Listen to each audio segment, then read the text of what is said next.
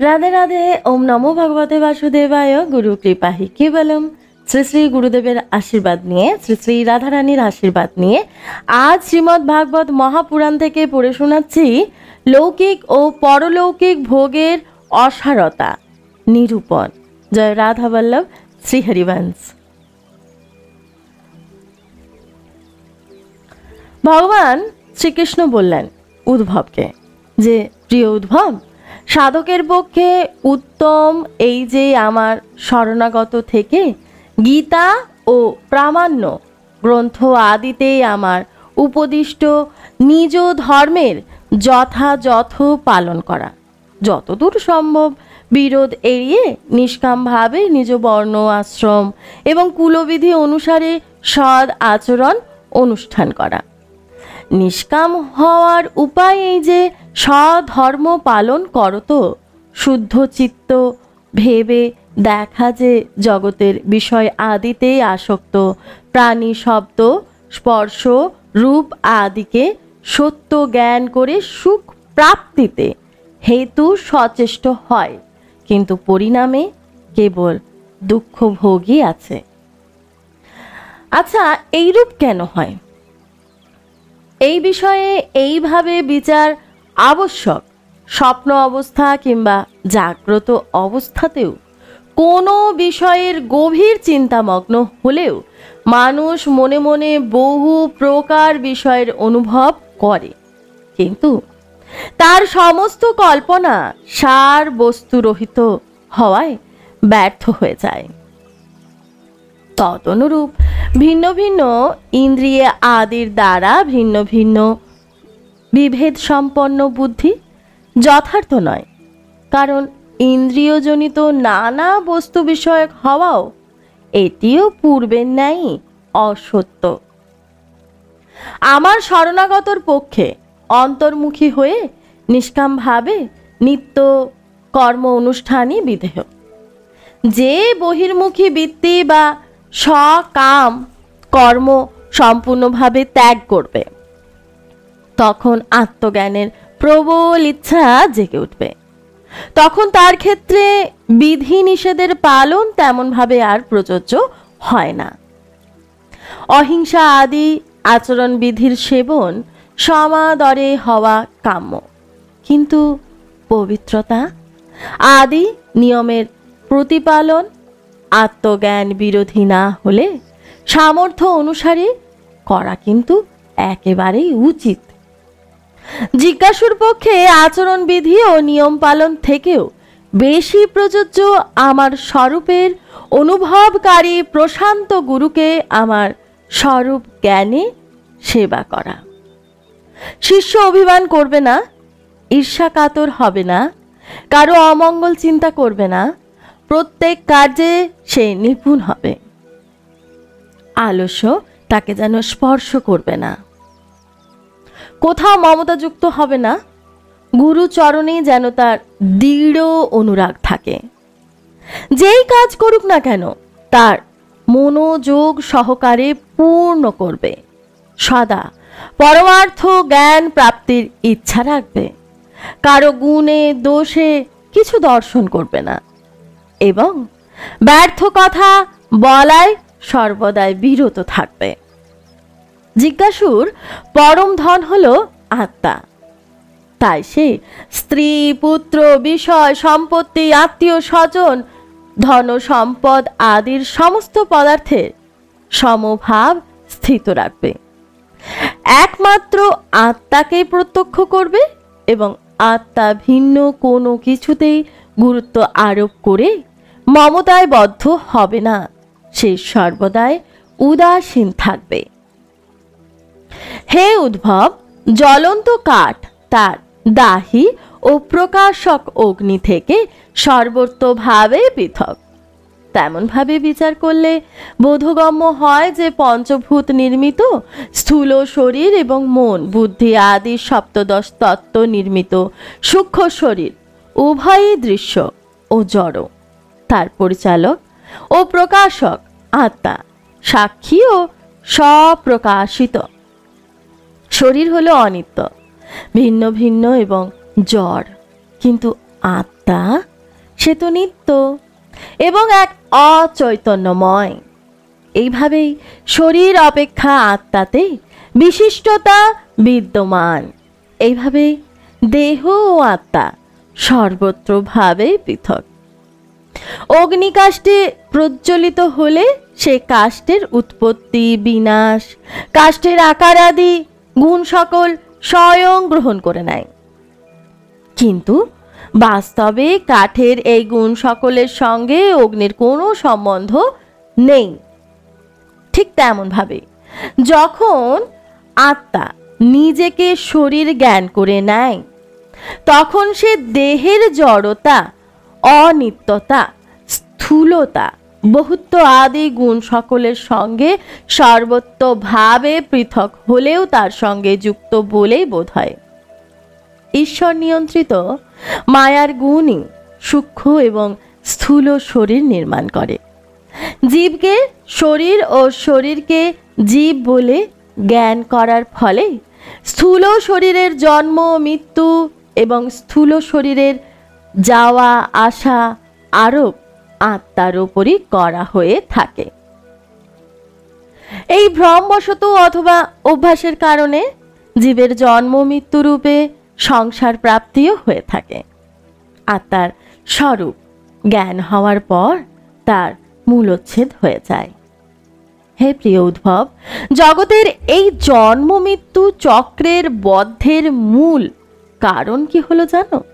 সেটি হলো অজ্ঞানতা, অন্য কিছু নয়। তার নিজ বাস্তব স্বরূপ আত্মাকে জানবার ইচ্ছা, সদিচ্ছা জাগ্রত করা উচিত। নিজের বাস্তব স্বরূপ প্রকৃতির অতীত, সম্পূর্ণরূপেই দ্বৈত ভাব শূন্য এবং নিজেই নিজেতে স্থিত, তার অন্য কোনো আধার নেই। তাকে জেনে স্থূল শরীর, সূক্ষ্ম শরীর আদিতে যে সত্যের ন্যায় ধারণা হয়ে আছে, তাকে ক্রমশ দূর করা কর্তব্য।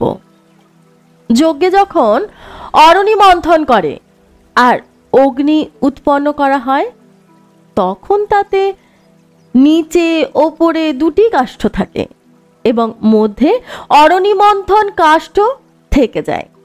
ঠিক তেমন ভাবেই বিদ্যারূপ অগ্নির প্রকাশার্থে আচার্য ও শিষ্য তো যেন ওপর নিচের কাষ্ঠ, আর উপদেশ হলো মন্থন কাষ্ঠ। এর দ্বারা জ্ঞানাগ্নি প্রজ্বলিত হয়, যা অতি সুখ প্রদানকারী। এই যুগে বুদ্ধিমান শিষ্য সদ্গুরুর কাছ থেকে অতি বিশুদ্ধ জ্ঞান পেয়ে থাকে।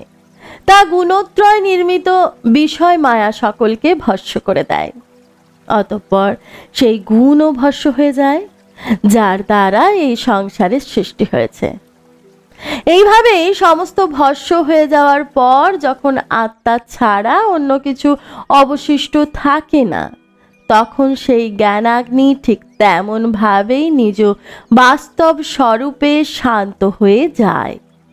যেমন সমিধ শেষ হলে অগ্নি আপনি নির্বাপিত হয়ে যায়। হে প্রিয় উদ্ভব, যদি তুমি কদাচিৎ সমস্ত কর্মের কর্তা ও সমস্ত সুখ দুঃখের ভোক্তা জীবকে বহু রূপে মনে করে থাকো, তাহলে জগৎ, কাল, বেদ এবং আত্মাকে একাধিক রূপে নিত্য জ্ঞান করো এবং সমস্ত পদার্থের স্থিতি প্রবাহ হেতু নিত্য এবং সত্য বলে স্বীকার করো। এবং যদি মনে করো যে ঘটে পটে দৃশ্যবাহ্য অপ্রতি সকলের ভেদ অনুসারে জ্ঞান উৎপন্ন হয় এবং পরিবর্তিত হয়, তাহলে এমন ধারণার অতি বড়ই অনর্থ ঘটবে। কারণ হলো এই রূপ মানলে জগতের কর্তা আত্মার নিত্য সত্তা এবং জন্ম মৃত্যুর চক্র থেকে তার মুক্তিও প্রমাণিত হবে না। যদি কদাচিৎ এই রূপ স্বীকারও করে নেওয়া হয়, তাহলে দেহ এবং সংবৎসারিত কালায়ত সকলের সম্বন্ধ থেকে সংগঠিত সকল জীবের জন্ম মৃত্যুর আদি অবস্থা সকল নিত্য হওয়ায় জীব কখনো এই জন্ম মৃত্যুর প্রবাহ থেকে মুক্ত হবে না, কারণ এর দ্বারা দেহাদি পদার্থ ও কালের নিত্যতা স্বীকার করা হয়। তাছাড়া এক্ষেত্রে সমস্ত কর্মের কর্তা ও সুখ দুঃখের ভোক্তা জীবের পরাধীনতা পরিলক্ষিত হয়। কেননা যদি সে স্বতন্ত্র হয় তাহলে সে দুঃখের ফল ভোগ কেন করতে চাইবে? এইরূপ সুখ ভোগের সমস্যা সমাধান হয়ে গেলেও দুঃখ ভোগের সমস্যা যথাবৎ থেকেই যাবে। অতএব এই মত অনুসারে জীব কখনো মুক্তি বা স্বাতন্ত্র্য লাভ করবে না। যদি জীব স্বরূপত পরাধীন হয় তাহলে সে তো স্বার্থ পরমার্থ কিছুই পালন করতে পারবে না, অর্থাৎ সে স্বার্থ ও পরমার্থ দুটো থেকে বঞ্চিত হয়ে যাবে। যদি বলা হয় উত্তম রূপে যে কার্য সম্পাদনে সক্ষম সেই ব্যক্তি সুখী হয় ও যারা তা সম্পাদনে অক্ষম তারা দুঃখ ভোগ করে, তাও কিন্তু ঠিক নয়। কারণ বাস্তবে দেখা যায় যে অতি কর্মকুশল বিদ্বানগণও সুখ পায় না এবং মূঢ়গণ দুঃখের সম্মুখীন হয় না। তাই যারা বুদ্ধি অথবা কর্ম থেকে সুখের গর্ব করে তারা বস্তুত বৃথায় অহংকার করে থাকে। তবু যদি স্বীকার করে নেওয়া হয় যে তারা সুখ প্রাপ্তির এবং দুঃখ নিবারণের সঠিক উপায় জানে, তবু তো এটা স্বীকার না করে উপায় নেই যে তাদের সেই পন্থার জ্ঞান আপদেই নেই, যাতে মৃত্যু তাদের ওপর প্রভাব বিস্তার করতে পারে, যাতে তারা মৃত্যুকে জয় করে নিতে পারে। মৃত্যু পথযাত্রী কোনো মানুষকে কি কোনো ভোগ্য বস্তু বা ভোগের কামনা সুখী করতে পারে? মৃত্যুদণ্ড প্রাপ্ত মানুষকে কি ফুল চন্দন স্ত্রী আদি বস্তু সন্তুষ্ট করতে পারে? কখনো নয়। তা পূর্বোক্ত যে মতাদর্শবাদীদের দৃষ্টিতে সুখ কিংবা জীবের পুরুষার্থ কোনোটি কিন্তু প্রমাণিত হলো না। হে প্রিয় উদ্ভব, লৌকিক সুখবৎ পরলৌকিক সুখও দোষ দুষ্ট, কারণ সেখানেও তো স্পর্ধা হয়ে থাকে। অধিক সুখ ভোগীদের দেখে হৃদয়ে জ্বালা হয়, তাদের গুণের মধ্যে দোষ দর্শনের চেষ্টা হয় এবং অপেক্ষাকৃত হীনদের অবজ্ঞাও করা হয়। প্রতিদিন পুণ্য ক্ষীণ হওয়ার সঙ্গে সঙ্গে সেখানকার সুখও ক্ষয়প্রাপ্ত হতে থাকে এবং একদিন তা শেষ হয়ে যায়। যজমানের ও ঋত্বিকদের এবং কর্ম আদিতে ত্রুটি হেতু কামনা পূরণ হওয়া তো দূরের কথা, ওতে ভয়ঙ্কর অনিষ্টর সম্ভাবনা থাকে। যেমন শস্যপূর্ণ মাঠে অতিবৃষ্টি ও অনাবৃষ্টি উভয়ই ক্ষতিকর, তেমন ভাবে বিঘ্ন হেতু স্বর্গের প্রাপ্তি অপ্রাপ্তই থেকে যায়। যদি যাগ যজ্ঞ আদি কর্ম কোনো বিঘ্ন ছাড়াই বিধিবৎ সম্পূর্ণ হয় তাহলে তার ফলে অর্জিত স্বর্গলোক প্রাপ্তি ক্রমশ, আমি বলছি শুনে নাও। ভগবান বলছেন, যজ্ঞ সম্পাদনকারী যজ্ঞ দ্বারা দেবতাদের আরাধনা করে স্বর্গলোক গমন করে এবং সেখানে নিজ পুণ্য কর্ম অর্জিত দিব্য ভোগ সকল দেবতাদের মতনই ভোগ করে থাকে। পুণ্য অনুসারে তার এক ঝকমকে বিমানের প্রাপ্তিও হয়। সেই বিমানে আরোহণ করে সে দেব ললনাদের সঙ্গে বিহার করে, গন্ধর্বগণ তার গুণকীর্তন করে এবং তার রূপ লাবণ্য প্রত্যক্ষ করে অনেকেরই মন চঞ্চল হয়ে ওঠে। তার বিমান তার ইচ্ছা অনুসারে স্থানে স্থানে যায়। বিমানের টুং টাং ঘণ্টা ধ্বনিও দিকে দিকে শোনা যায়। সেই অপ্সরাদের সঙ্গে নন্দন বন আদি দেব বিহার স্থলে ক্রীড়াশীল হয়ে ক্রমশ এমন তন্ময় হয়ে যায় যে তার পুণ্য এবার ক্ষীণ হয়ে যাবে এবং তখন তাকে সেখান থেকে বিদায় নিতে হবে। এই হুঁশ তার আর থাকে না। যতক্ষণ তার পুণ্য অবশিষ্ট থাকে সে স্বর্গে নিশ্চিন্তিত জীবনযাপন করে, কিন্তু যখন পুণ্য ক্ষীণ হয়ে গেল তার অনিচ্ছা সত্ত্বেও সেখান থেকেই তার পতন হয়েই যায়। কালের বিধান এই রকমই। দুষ্ট সঙ্গে যদি কেউ অধর্মপরায়ণ হয়ে পড়ে, নিজ ইন্দ্রিয় সকলের তাড়নায় দুষ্কর্ম করে, লোভের বশবর্তী হয়ে কৃপণতা করে, লম্পট হয়ে যায় অথবা প্রাণীদের উত্ত্যক্ত করে এবং বিধি বিরুদ্ধ পশু বলি দিয়ে ভূত প্রেতদের উপাসনায় যুক্ত হয়, তখন তার অবস্থা পশুর থেকেও খারাপ হয় এবং অবশ্যই সেই নরকে গমন করে। শেষে তাকে ঘোর অন্ধকারময় স্বার্থ পরমার্থ রহিত কষ্টময় জীবনযাপন করতে হয়। সকাম বহির্মুখী সকল কর্মের ফল দুঃখ প্রাপ্তিই হয়ে থাকে। শরীরের প্রতি অহংকার ও মমতাযুক্ত জীব তার সেবন করে, জন্ম মৃত্যু চক্রে বারংবার আবর্তিত হতেই থাকে। এমন পরিস্থিতিতে কি মৃত্যু ধর্মী জীবের সুখ সম্ভব? সমস্ত লোক এবং লোকপালদের আয়ু কেবল এক কল্প, তাই তারা আমাকে ভয় পায়। অন্যদের কথা আর কি বলবো, স্বয়ং ব্রহ্মাও আমাকে ভয় পান, কারণ তারও আয়ু কাল দ্বারা সীমাবদ্ধ মাত্র 2 পরার্ধ। গুণত্রয় শত রজ তম সকল ইন্দ্রিয়কে তাদের কর্মের প্রেরণা দেয় এবং তাই তারা কর্মে প্রবৃত্ত হয়। অজ্ঞানতা হেতু জীব গুণত্রয় এবং ইন্দ্রিয় সকলকে নিজ স্বরূপ জ্ঞান করে বসে এবং তাদের কৃতকর্মের ফল সুখ দুঃখ ভোগ করতেই থাকে। যতক্ষণ গুণত্রয়ের বৈষম্য বর্তমান, অর্থাৎ শরীর আদিতে আমি ও আমার অহংকার বর্তমান, ততক্ষণ আমার সঙ্গে একোত্তর অনুভূতি আসে না, তাকে বহু বলেই বোধ হয়। এবং যতক্ষণ আত্মার বহুত্ব বর্তমান, ততক্ষণ তো তাকে কাল অথবা কর্ম কারো অধীন থাকতেই হবে।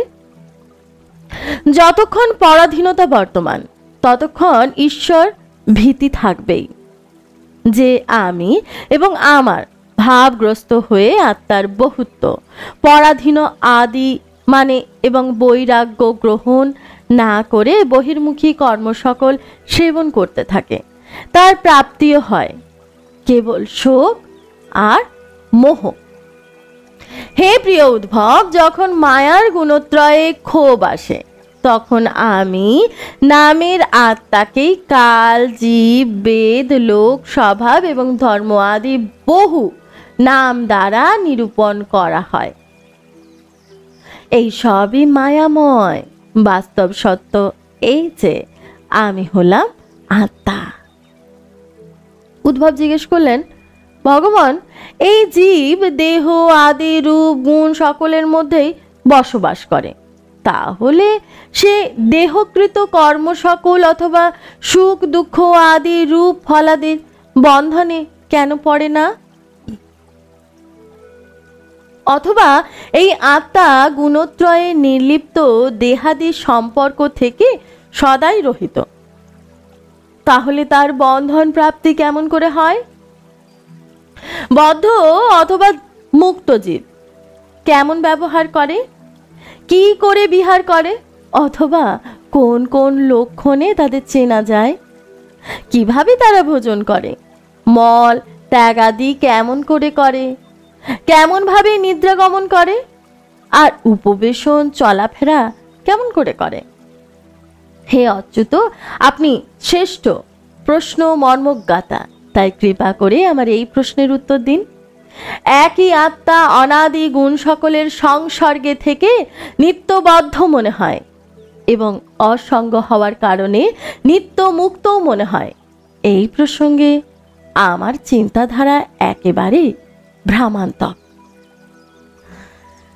রাধে রাধে। আজ এখানেই কথার বিরাম দিচ্ছি। সকলকে জানাচ্ছি রাধে রাধে। শ্রী শ্রী গুরুদেবের কৃপায়, শ্রী শ্রী রাধারানীর শ্রীচরণে এই যতটুকুনি শ্রীমদ্ ভাগবত মহাপুরাণ পড়ে শোনালাম সবই নিবেদন করছি। জয় রাধা বল্লভ, শ্রীহরিবংশ।